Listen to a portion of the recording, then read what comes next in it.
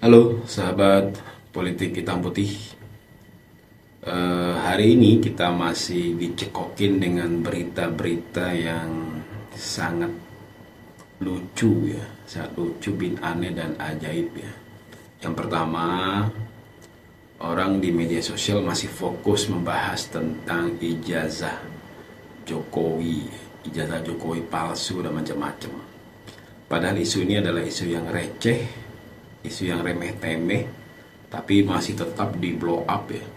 Media memerlukan memang semacam apa ya, komoditas yang bisa meningkatkan rating mereka, karena mereka tahu masyarakat Indonesia ini kan literasinya sangat lemah, sehingga berita-berita tentang ijazah palsu ini selalu dinaikkan. Dan kita tidak tahu ada apa di balik isu ini ya, karena orang-orang yang jadi pion-pionnya ini pun juga sebenarnya bukan orang-orang yang, menurut saya, kredibilitas mereka juga bukan orang-orang yang dalam tanda petik bukan orang-orang yang hebat juga, karena mereka-mereka ini saya pikir pola pikir, mindset, literasinya juga sangat lemah ya. Dr. Tifa misalkan, Rose Suryo ya. Dan nggak tahu yang terakhir Rismon, mungkin dia punya kredibilitas tentang ahli forensik lah macam-macam, walaupun sekarang sudah mulai disanggah ya. Nah, yang terbaru yang selalu juga digaungkan sampai hari ini adalah tentang pemakzulan Mas Gibran sebagai wapres. Nah, ini adalah Forum Purnawirawan TNI yang mengirim surat kepada DPR, MPR. Dan kenapa dia nggak ngirim surat kepada presiden sekalian? Mungkin dia merasa prosesnya memang lewat DPR, MPR. Dan kemudian beberapa partai juga menanggapi dengan sangat normatif sekali, bahwasanya ada yang bilang ya ini perlu dikaji, kemudian pemakzulan itu prosesnya panjang dan sebagainya. Harusnya sudah dijawab saja, tidak mungkin kita melakukan kayak gitu. Karena apa masalahnya? Kalau dulu bilangnya Koni misalnya, Bu Koni bilang ada isu bahwasanya tentang Prabowo ini hanya 2 tahun saja jadi presiden, kemudian akan diturunkan oleh grupnya Mas Gibran dan sebagainya, atau dia bilang ya grupnya Jokowi dan sebagainya. Tapi faktanya hari ini adalah malah sebaliknya ya. Yang selalu diutak-atik adalah Mas Gibran ya. Dan aneh ya, sepanjang dimanapun presiden di dunia ini gak pernah wakil presidennya itu yang ditohok ya. Wakil presiden itu yang suruh dimakzulkan. Di mana-mana itu presidennya yang harus dimakzulkan ya. Presidennya yang harus diimpeach dan sebagainya, diturunkan dan sebagainya, bukan wakil presidennya. Di mana-mana juga nggak ada orang wakil bupati, wakil wali kota itu yang mau dimakzulkan, nggak ada. Biasanya ya bupatinya, wali kotanya, atau gubernurnya, bukan wakil gubernurnya. Nah, ini apa ya? Kita disuguhkan sesuatu yang selalu lucu, dan ini dimakan oleh masyarakat kita, masyarakat yang literasinya lemah gitu ya. Bahwasanya wah ini nanti mengkaitkan dengan putusan MK itu udah selesai semua, udah clear semua gitu. Kenapa masih diklikkan lagi? Udah selesai semua, udah ada yang judicial review, udah nggak ada masalah lagi. Terus ini mau dibawa kemana? Saya pikir Pak Presiden Prabowo harus tegas tentang persoalan ini, menjawab tentang persoalan ini. Ini kan masih alumni senior-seniornya dia ya, tegaskan saja. Lagian juga para purnawirawan ini adalah orang-orang yang sebelumnya memang tidak memilih Prabowo ya. Orang yang berseberangan dengan Prabowo itu sekarang seolah-olah ingin memasukkan Gibran. Tujuannya apa?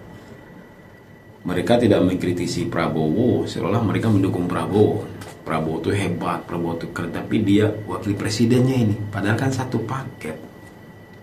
Pak Prabowo udah bilang berkali-kali kalau tanpa bantuan Pak Jokowi, tanpa dia bersama Gibran, dia tidak akan menang. Ya, walaupun kita harus percaya takdir lagi.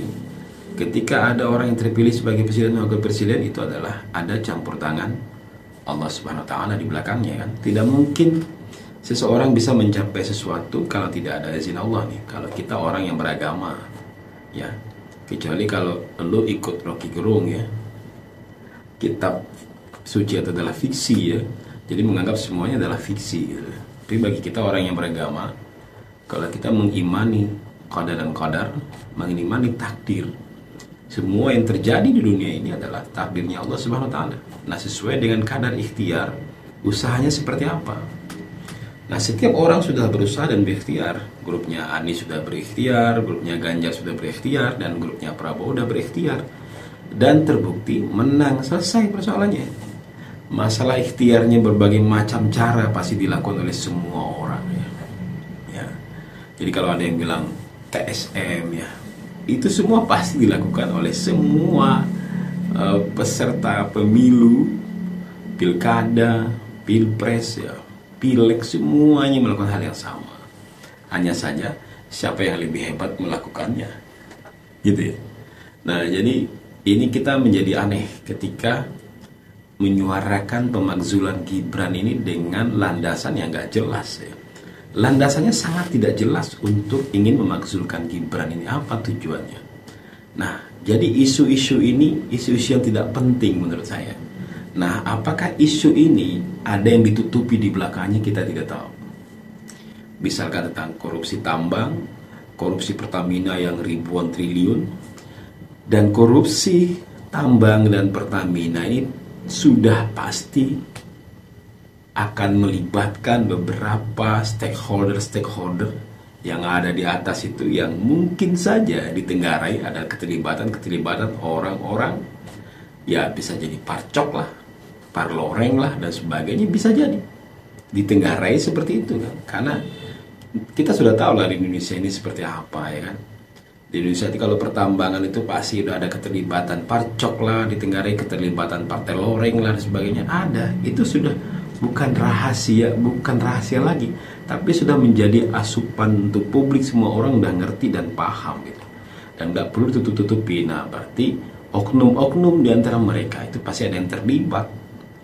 Nah, kita tidak tahu apakah ini isu-isu ini dimunculkan ijazah Jokowi, kemudian pemakzulan Gibran, terus menerus ya, tanpa henti.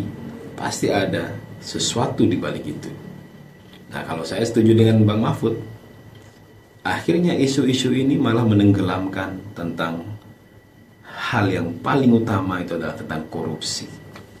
Salam hitam putih.